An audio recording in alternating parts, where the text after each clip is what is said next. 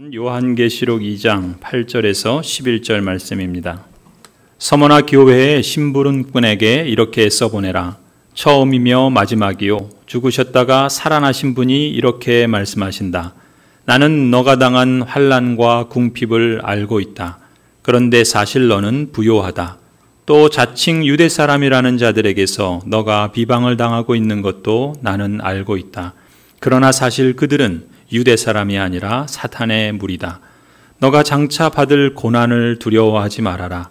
보아라, 악마가 너희를 시험하여 넘어뜨리려고 너희 가운데서 몇 사람을 감옥에다 집어넣으려고 한다. 너희는 열흘 동안 환난을 당할 것이다. 죽도록 충성하여라. 그리하면 내가 생명의 면류관을 너에게 주겠다. 귀가 있는 사람은 성령이 교회들에게 하시는 말씀을 들어라. 이기는 사람은 둘째 사망의 해를 받지 않을 것이다. 아멘. 오늘 우리는 사랑받는 교회, 사랑하는 교회라는 전체 주제 아래에서 참된 교회와 거짓된 교회의 차이점에 대해서 함께 살펴보려고 합니다. 여러분 아시는 것처럼 우리 마을과 인근 주변 지역에는 교회라는 간판을 걸고 있지만 사실상 거짓된 복음을 전염시키는 무리들이 적지 않다는 것을 알고 있습니다. 가령 코로나 감염병으로 인해서 신천지 이단의 실체가 교계뿐만 아니라 이제 우리 사회에 적나라하게 드러나게 되었죠. 이만희 교주를 재림주로 신봉하는 사이비 이단 단체입니다. 신천지는 처음에는 은밀하게 교인들을 포교했죠. 무료 성경 공부를 가르쳐준다는 명목으로 교묘하게 사람들을 연결시키고 또 그곳으로 불러들여서 기가 막힌 방식으로 그들의 신앙을 잠식시켜 버렸습니다. 또한 코로나 이후에 이제 신천지는 좀 더 공격적으로 포교 활동을 합니다. 교인들의 성향들을 분석하고 또 그들에 맞게 적합한 방식으로 전략을 짜서 접근하고 또 고도의 연기를 하고 맞춤형 전략을 사용해서 사람들에게 친절을 베풀거나 또 어떤 도움을 주거나 또 소속감을 갖게 하거나 각기 다양한 희한한 또 기가 막힌 방식으로 사람들을 미혹하고 있죠. 열심을 내서 성경 공부를 하면 가정도 구원받을 수 있다. 또 힘들게 공부하고 돈 벌지 않아도 전 세계 사람들이 돈을 들고 와서 그들의 지식을 사간다. 이렇게 미혹하기도 하는가 하면 그러한 미혹에 적지 않은 청년들이 빠지게 되고 또 주부들도 심지어 정치계나 권력에서도 힘을 쓰고 있는 것을 우리가 경험하고 있습니다. 또 우리 지역 대자동에 기쁜 소식 선교회라는 교회라는 이름을 가진 박옥수 구원파 2단이 있죠. 이들도 역시 성경 세미나를 열면서 사람들에게 포교 활동을 합니다.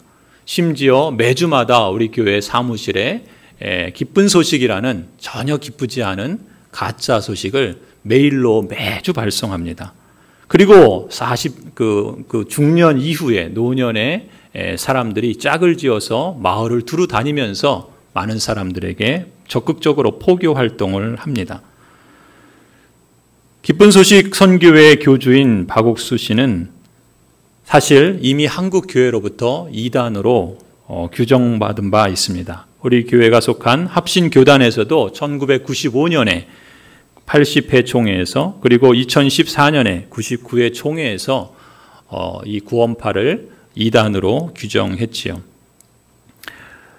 사실 우리 마을과 또 주변에는 이런 신천지나 구원파 외에도 여호와의 증인이 있고 또 여러분 보시는 것처럼 3단지나 또 고양초등학교 주변이나 이렇게 세워놓고 또 거기서 가판을 만들어 놓고 또 이렇게 매 주말마다 전도하는 포교하는 그런 사람들을 보지요.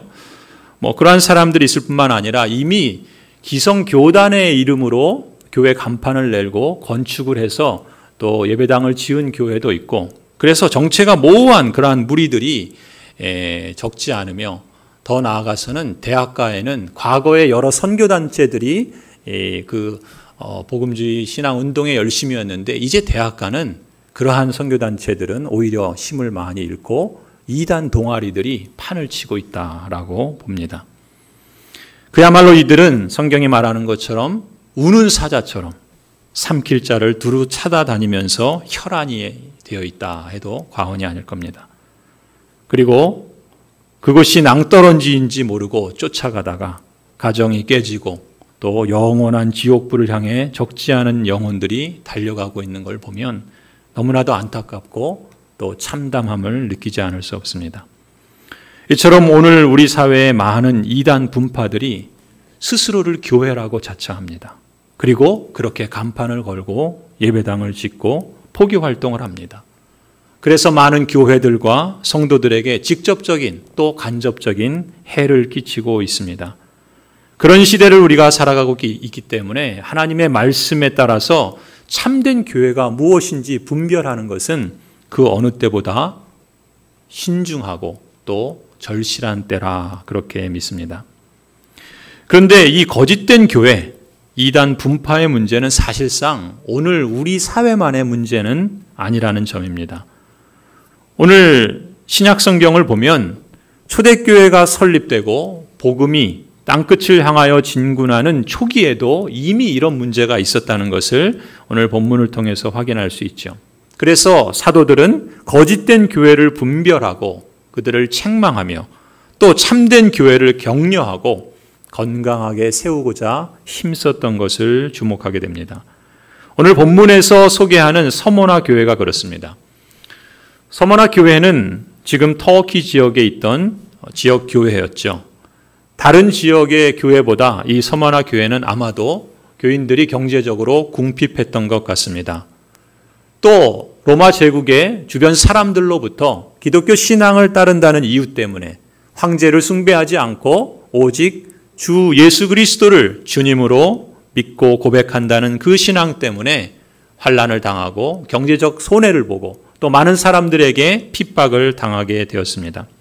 그래서 오늘 계시록 2장 9절을 보시면 이렇게 말씀하죠. 나는 너가 당한 환난과 궁핍을 알고 있다. 그런데 사실 너는 부요하다. 또 자칭 유대 사람이라는 자들에게서 너가 비방을 당하고 있는 것도 나는 알고 있다. 그러나 사실 그들은 유대 사람이 아니라 사탄의 무리다. 여기 보시면 서머나 교회가 당하고 있는 그 핍박과 환난의 원인을 무엇이라 그럽니까? 바로 유대 사람이라고 하는 사람들에게서 비방을 당하고 있다라고 말하고 있습니다. 이 유대 사람이라고 자처하는 이들은 자신들이야말로 하나님의 율법을 받은 사람들이다라고 주장했겠죠. 그리고 혈통적으로 자신들이야말로 하나님의 진정한 언약 백성이라고 주장했을 겁니다. 그리고 그런 점에서 자신들이야말로 진짜 정통이라고 자신들에게 구원이 있고 자신들에게 말씀이 있다라고 주장을 했을 겁니다. 반면에 서머나 교회는 어떻는가? 서머나 교회는 이방 지역에 게다가 경제적으로 궁핍하고 또 사회적으로 상대적으로 약자인 이방인들로 구성된 초기 교회였습니다. 그런 서머나 교회를 향해서 이들이 비방을 하는 겁니다. 시험하고 넘어뜨리려고 공격해오는 겁니다.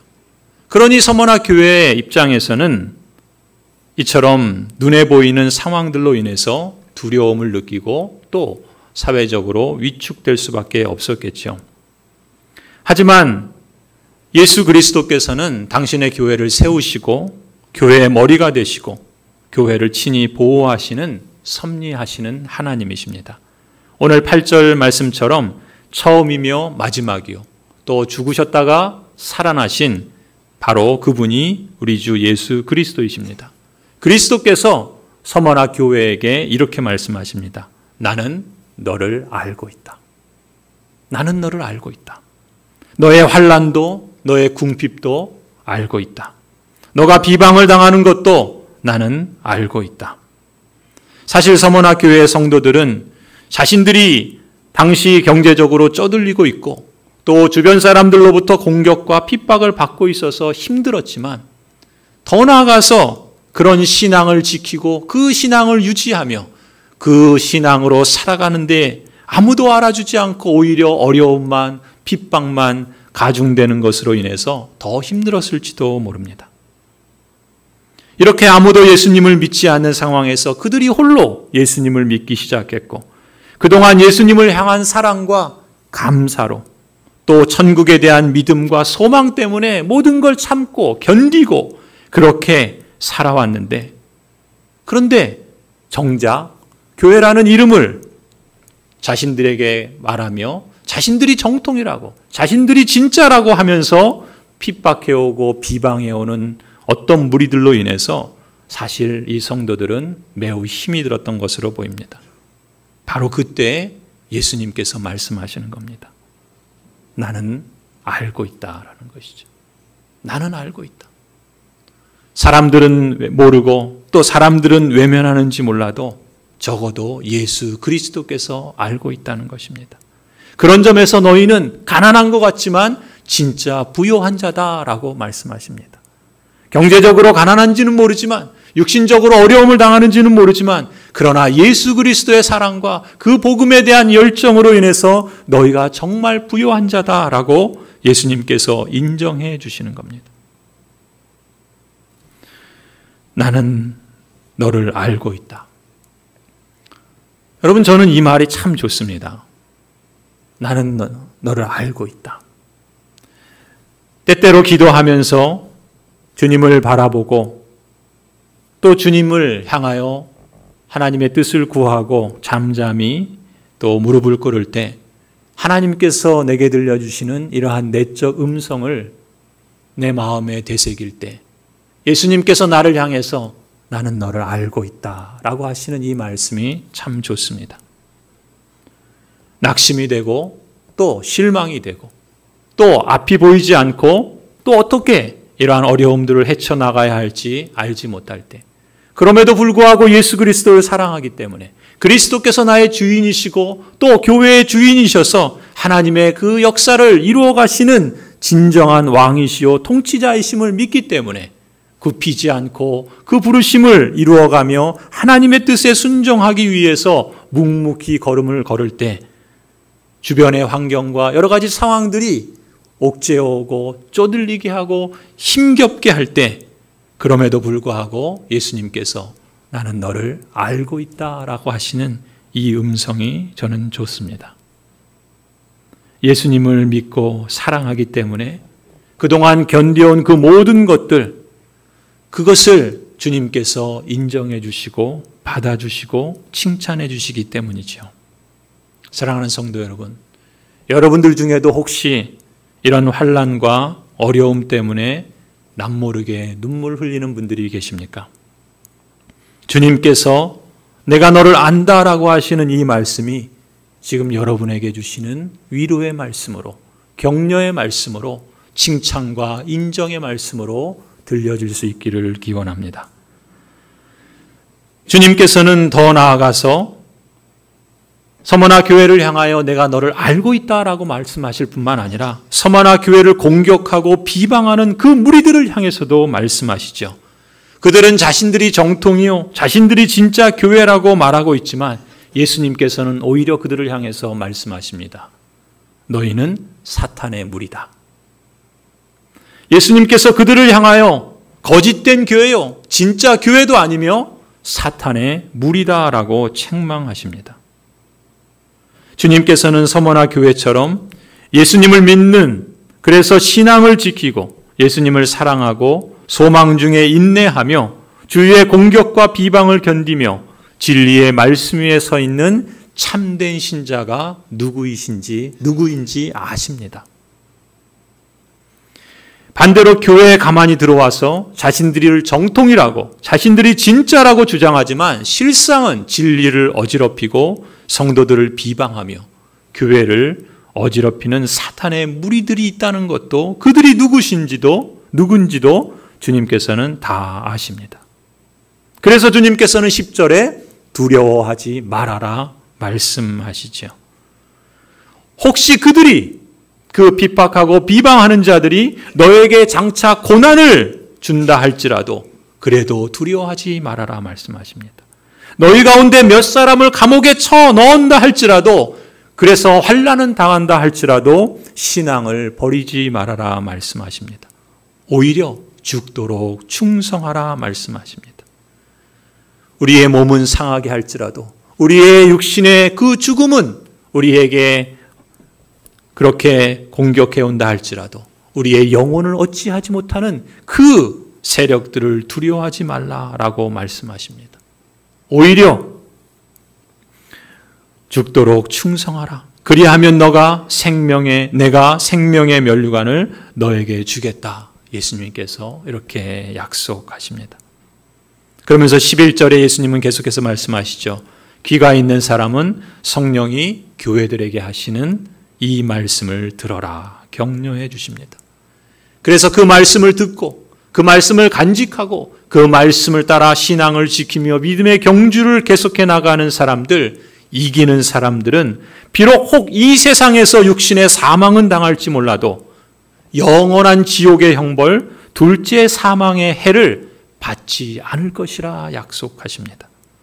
오히려 영원한 생명의 구원, 영광의 나라에서 주님께서 생명의 면류관을 받게 해주시겠다 약속해 주십니다. 그렇습니다.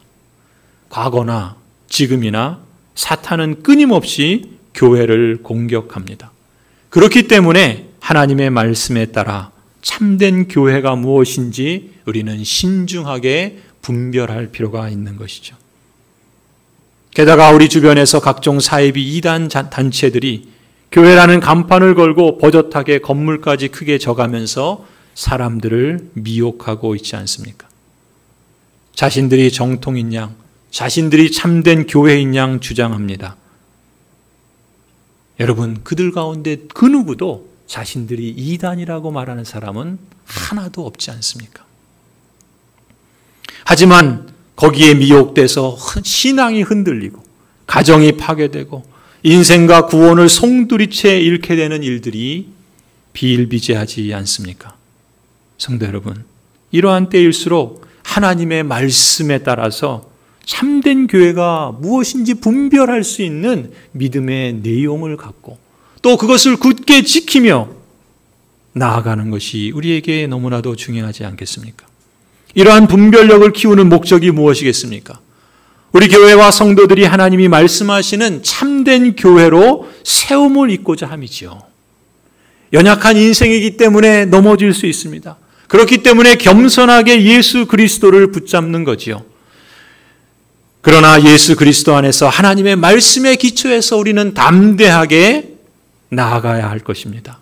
거짓된 교회의 특징들을 살피고 분별해서 그것을 흉내내거나 그것을 따르지 않고 오히려 멀리하며 순결하고 참된 교회의 모습을 지키고 설 수 있도록 경주해야 할 줄로 믿습니다.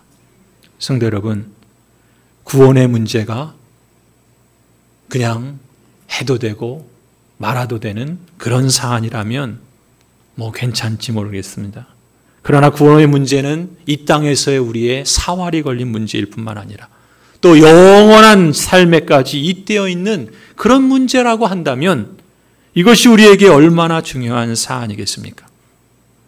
그런 점에서 우리가 참된 교회에 속하여 하나님을 예배한다는 것이 그 얼마나 큰 복입니까? 참된 복음의 교리를 설교하는 말씀 사역자가 있고 말씀을 따라서 올바르게 세례와 성찬을 집행하며 그리스도 안에서 함께 성도의 교제를 나누고 서로 권하여 함께 서로를 세워가고 온전케 하며 거룩의 여정을 일구어가는 교회에 속해 있다는 것만큼 사실상 인생에서 큰 축복이 없을 것이라 믿습니다. 이런 점에서 우리는 사랑받는 교회, 사랑하는 교회라는 이 교회론의 주제 아래에서 계속해서 교회에 대해서 함께 살펴보는데 참된 교회와 거짓된 교회의 차이점에 대해서 좀 더 구체적으로 살펴보려고 합니다. 여러분, 벨직 신앙고백서 29항에 보면은 참된 교회와 거짓된 교회의 차이점에 대해서 이렇게 말씀합니다. 벨직 신앙고백서는 1561년 남부 유럽의 유럽의 그 북서쪽에 네덜란드와 벨기에 지역이 있는데 그 지역이 이 바다면보다 해수면보다 좀 낮은 지역이라 그럽니다. 그래서 네덜란드라는 말이 그 땅보다 낮은 지역이라는 그런 이름인데 이 지역에 종교개혁의 신앙을 따라서 기독교 신앙을 믿고 따르는 성도들이 있었습니다. 그런데 그 당시 그 지역에는 로마 카톨릭 교회가 권력을 쥐고 있었고 그 교회는 이 개신교 신앙을 갖고 있는 성도들을 핍박하기 시작합니다. 그들로 인해서 극심한 핍박에 있을 때 귀도 드브레 목사님이 작성한 신앙 고백서가 바로 벨직 신앙 고백서입니다. 일전에 우리 김중인 목사님이 온라인 교육을 통해서 강의했던 내용이 바로 이 벨직 신앙 고백서이기도 하죠. 당시의 사회는 혼돈하고 있었습니다. 권력을 쥐고 있는 로마 가톨릭 교회는 이제 개신교 신앙을 갖고 있는 성도들을 핍박하고 공격해 왔습니다. 그야말로 흔들리는 세상 속에서 변하지 않는 하나님의 말씀과 거기서 비롯되는 교리 위에 기독교 신앙인들을 참되게 바르게 세우고 이 세상의 핍박과 거짓된 교회의 유혹과 위협으로부터 성도들을 위로하고 격려하기 위해서 더 나아가서는 기독교 신앙을 변호하고 변증하기 위해서 총 37개 항의 핵심 교리들을 이 신앙 고백서로 작성했던 겁니다. 이후에 개혁신앙을 따르는 교회들은 이 벨직 신앙 고백서를 표준 문서로 받아들이고 성경의 기초에서 우리 신앙을 바르고 또 온전하게 안내해주는 그러한 문서로 받아들였을 뿐만 아니라 그런 점에서 우리 신앙에 매우 유익한 길잡이 역할을 해주는 그런 신앙 고백서가 바로 이 벨직 신앙 고백서라고 할 수 있습니다. 여러분 화면을 보시면은 벨직 신앙 고백서 37개 가운데 29번째 항에 보면은 이 참된 교회와 거짓된 교회의 차이점을 말하면서 거짓된 교회를 두고 세 가지 특징이 있다라고 이렇게 가르칩니다. 첫 번째, 거짓된 교회는 하나님의 말씀보다 자신과 자신의 법령에 더 큰 권세와 권위를 돌리고 그리스도의 멍에 아래 복종하지 않는다라고 가르칩니다. 여기서 하나님의 말씀보다 자신과 자신의 법령에 더 큰 권위와 권세를 돌린다라는 말이 무슨 의미겠습니까? 이것은 간단히 말하면 하나님의 말씀보다 사람의 말이 더 크게 작용한다는 그런 뜻입니다. 당시 로마 가톨릭 교회는 교회의 머리를 그리스도라고 말하지 않고 교황이라고 주장을 했습니다. 교회의 머리는 교황이라는 거예요. 그래서 교회의 말, 특히 교황의 말은 오류가 없고 무효하다라고 그렇게까지 주장을 했습니다. 그래서 교황이 내리는 교서나 판결은 하나님의 말씀인 성경보다 더 앞섰던 것입니다. 더 권위가 있었던 거예요. 그래서 이러한 교회는 사실 교회라는 이름을 갖고는 있지만 거짓된 교회인 거죠. 하나님의 말씀보다 사람의 법령, 사람의 말에 더 큰 권세와 권위를 돌렸던 것입니다. 웨스트민스터 신앙 고백서가 있죠. 또한 우리 개혁신앙의 표준 문서 가운데 하나이지 않습니까? 거기에도 이러한 내용을 명시적으로 밝히고 있습니다. 25장 6항에 보면은 이렇게 말합니다. 예수 그리스도 외에는 교회의 머리가 존재하지 않습니다. 로마 가톨릭 교회의 교황은 어떤 의미로든지 교회의 머리가 아닙니다. 교회의 머리는 누굽니까? 오직 예수 그리스도시죠. 그런 점에서 교회의 머리라고 주장하는 교황은 오히려 적그리스도이며 죄악의 사람이요 저주의 아들입니다. 왜요? 교회 안에서 교회라는 이름으로 그리스도와 하나님과 관계된 모든 진리를 반대하며 자기를 영화롭게 하는 사람이기 때문에 그렇게 표현하고 있는 것이죠. 여러분, 이런 무리나 이런 주장을 하는 사람일수록 그리스도의 멍에에 굴복하지 않습니다. 복종하지 않죠. 그래서 그리스도의 멍에 아래 복종하지 않는다라는 표현을 쓰고 있는 것입니다. 그리스도의 멍에 아래 복종하지 않는다는 것은 어떤 모습일까요? 마태복음 16장 18절을 보면 예수님께서 이렇게 말씀합니다. 베드로에게 나도 너에게 말한다. 너는 베드로다. 나는 이 반석 위에다가 내 교회를 세우겠다. 죽음의 문들이 그것을 이기지 못할 것이다. 예수님께서 베드로의 그 고백 위에 내 교회를 세우겠다라고 말씀하십니다. 누구의 교회입니까? 베드로의 교회예요? 교황의 교회입니까? 아닙니다. 예수님께서는 내 교회를 세우겠다라고 말씀하세요. 교회의 주인이 누구라는 겁니까? 누구의 교회라는 겁니까?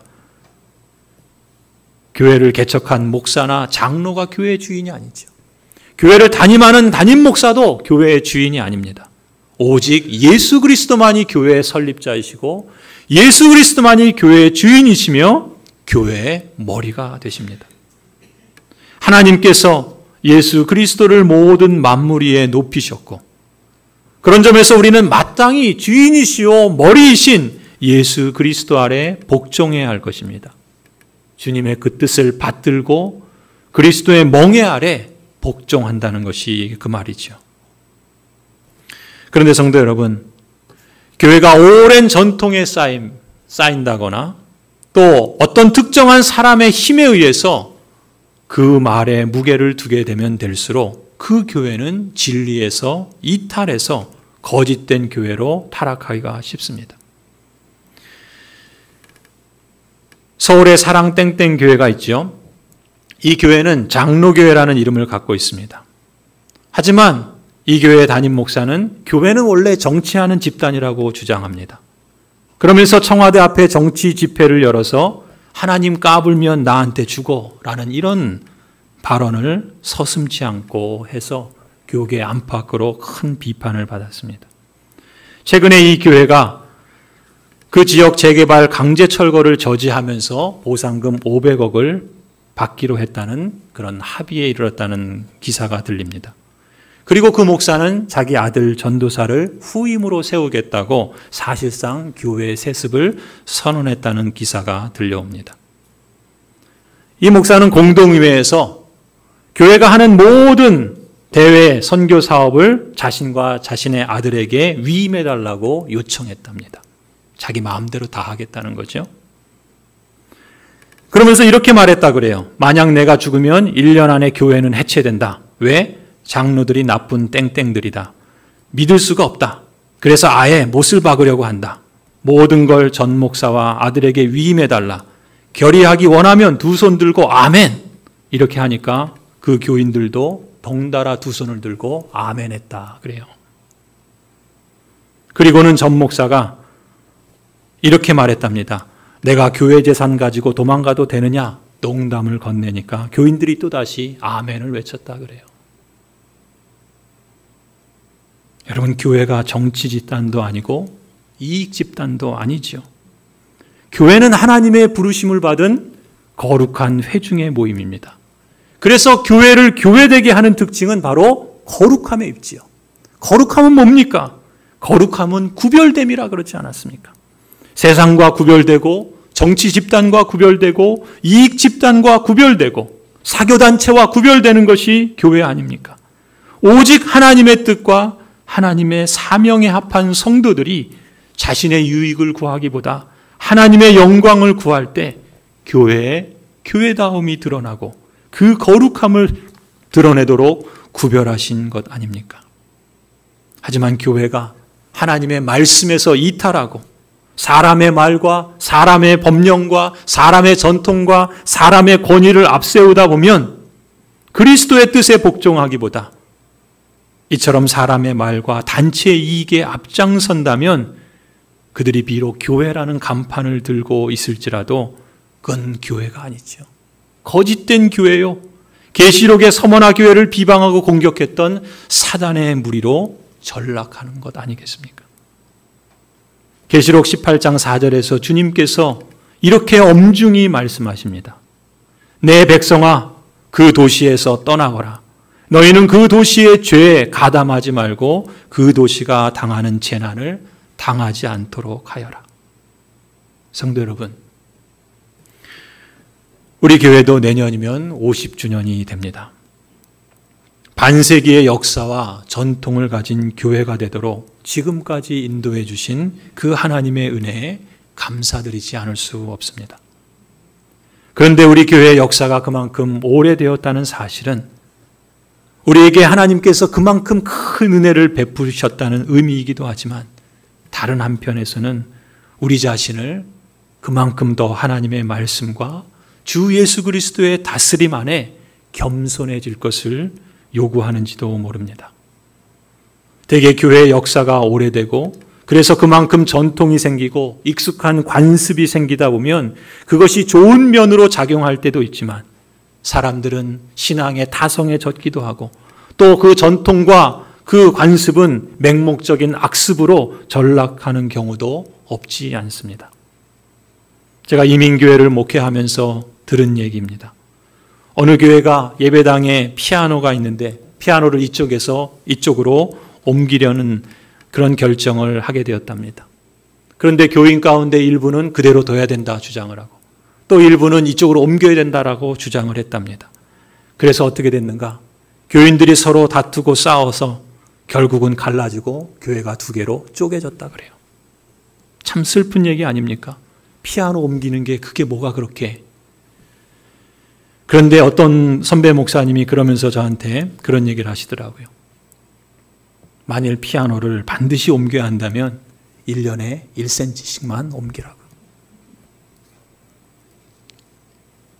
웃어야 될지 울어야 될지 우픈 얘기죠. 여러분, 우리가 어떤 사역이나 어떤 사안을 놓고 결정하거나 행동할 때 우리 중심에 무엇보다 늘 간직하고 놓치지 말아야 할 것이 무엇입니까? 하나님의 말씀보다 우리 자신과 우리 자신의 어떤 법령, 우리 자신의 어떤 전통, 우리 자신의 어떤 관습, 그런 것들을 더 큰 권위와 권세를 두지 않도록 해야 하는 것 아니겠습니까? 누구라도, 목사인 저도 마찬가지, 장로님들도, 권사님들도, 안수 집사님들도, 어떤 직분자나 어떤 성도라도 그리스도 멍에 아래 복종하겠다는 마음을 늘 간직하고 기억해야 할 줄로 믿습니다. 예수 그리스도께서는 당신의 교회를 세우기 위해 이 땅에 오셨습니다. 그리고 이미 그 일을 시작하셨고 지금도 하고 계시고 장차 완성하실 것입니다. 교회는 예수 그리스도께서 핏값으로 사신 그리스도의 몸이지요. 그리스도께서 이루시고자 하시는 목적의 중심이 교회이고 그래서 사랑하시고 그래서 아끼시고 보호하시는 곳이 교회입니다. 그렇다면 예수 그리스도의 제자로서 우리 역시도 마땅히 교회를 사랑해야 하지 않겠습니까? 교회 사랑이 내 삶의 중심이 되어야 할 것입니다. 무엇이든지 예수 그리스도께 중요한 것이라면 우리 그리스도인들에게도 중심적인 것이 되어야 할 줄로 믿습니다. 두 번째로 거짓된 교회는요, 그리스도께서 말씀으로 명하신 대로 성례를 집행하지 않으며 자신의 판단에 따라 성례에 무언가를 더하거나 덜어냅니다. 또한 그리스도보다 사람을 더 의지합니다. 벨직신앙고백서 29항에 보면은 거짓된 교회의 두 번째 특징을 이렇게 말합니다. 여러분, 참된 교회는 어떤 교회인가? 우리가 다음 주에 보겠지만 올바른 세례의 시행과 함께 성찬을 바르게 시행하는 교회입니다.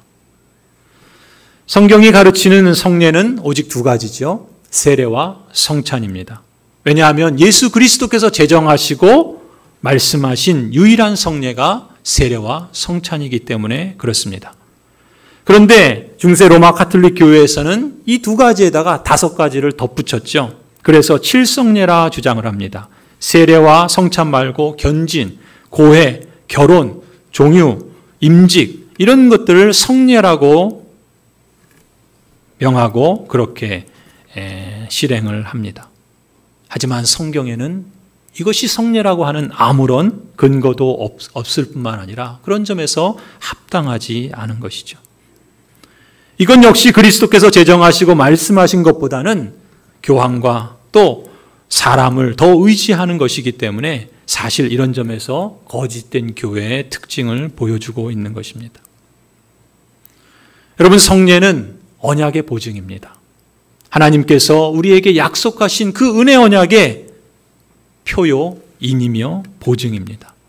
그렇기 때문에 성례는 오직 언약에 참여한 사람들에게 또 사람들을 위해서 제정해 주신 것이죠. 따라서 이 성례에 대한 바른 이해가 하나님의 말씀을 통해서 우리에게 가르치시는 성례에 대한 바른 이해가 우리가 성도로서 건강하고 복된 신앙생활을 이어가며 영적 성장을 이루어가는데 큰 유익이 되리라 믿습니다. 그런 점에서 성례를 바르게 이해할 뿐만 아니라 또 그것을 하나님의 말씀을 따라서 바르게 시행하는 것은 참된 교회에게 있어서는 너무나 중요한 것이죠. 반면에 성례를 제대로 알지 못한다는 것은 그 속에 담겨 있는 하나님의 놀라운 진리들을 제대로 깨닫지 못한다는 의미입니다. 그만큼 그 풍성한 은혜들을 누리지 못하게 되는 것이겠죠. 그저 오히려 성례를 마치 어떤 주술적이고 미신적인 그런 것으로 오해하기 쉽습니다. 우리가 앞으로 계속해서 세례와 성찬에 대해서는, 이 성례에 대해서는 좀 더 구체적으로 더 자세히 살펴보도록 하겠습니다. 마지막 세 번째로 거짓된 교회는 하나님의 말씀에 따라 거룩하게 살면서 거짓된 교회의 오류와 탐욕과 우상숭배를 책망하는 자들을 핍박하는 그런 특징을 갖고 있습니다. 무슨 얘기예요? 하나님의 말씀을 따라 거룩하게 살려고 하는 사람들을 핍박합니다. 거짓된 교회가 갖고 있는 오류와 탐욕과 우상숭배를 책망하는 자들에 대해서 오히려 비방하고 공격해 옵니다. 앞서 우리가 살펴본 것처럼 서머나 교회가 그랬죠. 그들이 당한 환난의 원인이 바로 거기에 있었습니다. 유대 사람들이 비방하고 핍박했습니다. 자신들이 하나님의 율법을 받은 사람들이고 혈통적으로 하나님의 언약 백성이며 자신들이야말로 진짜 정통이라고 주장하면서 서머나 교회 성도들을 비방하고 공격했습니다. 거짓된 교회의 대표적인 특징이죠. 하지만 모든 것을 아시는 예수 그리스도의 판단처럼 그들은 사실은 사단의 무리였습니다. 오히려 교회에 가만히 들어와서 자신들이 정통이라고 말하지만 자신들에게 구원이 있다고 주장하지만 그러나 사실은 그들은 정통도 구원도 없고 교회도 아니며 사단의 무리일 따름입니다. 앞서 말씀드렸던 기쁜 소식 선교회는 한국교회연합에서 지난 2015년 1월에 청와대 민정실에 이런 탄원서를 올렸습니다. 이 기쁜 소식 선교회로 인해서 한국교회연합에서 어떤 내용의 탄원서를 보내면 이런 내용입니다. 사람이 어떤 흉악한 죄를 지어도 죄가 아니며 구원받으면 의인이 되었기 때문에 죄가 하나도 없다 가르치는 죄에 대한 불감증을 갖게 하는 구원파, 그들은 한국교회 모든 교단들로부터 이단 사이비로 공식 규정되었다.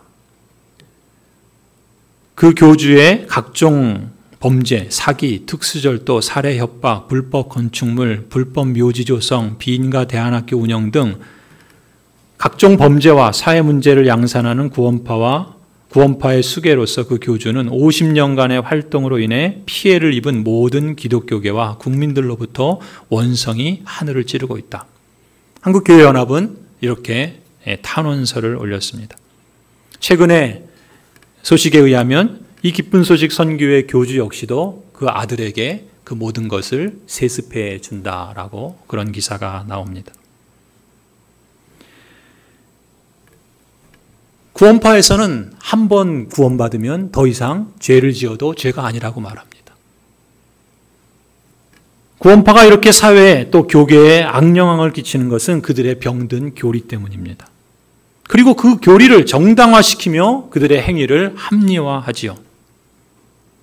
양심의 마비로 죄가 죄인 줄 모르고 인정하려고도 하지 않습니다. 그러한 결과들이 이처럼 사회와 교회에 큰 악영향을 끼치고 있는 것이죠. 이름만 교회라고 자처한다 할지라도 실상 그들은 거짓된 교회이며 오히려 오류와 탐욕과 우상숭배를 따르는 사람들입니다. 결국 그들은 처음이며 마지막이며 죽으셨다가 다시 살아나신 예수 그리스도의 심판대 앞에 설 때 둘째 사망의 해를 받게 될 것이며 영원한 지옥불의 고통 가운데 처하게 될 것입니다. 벨직 신앙고백서 229항에 보면은 계속해서 참된 교회의 표지에 대해서 말씀합니다.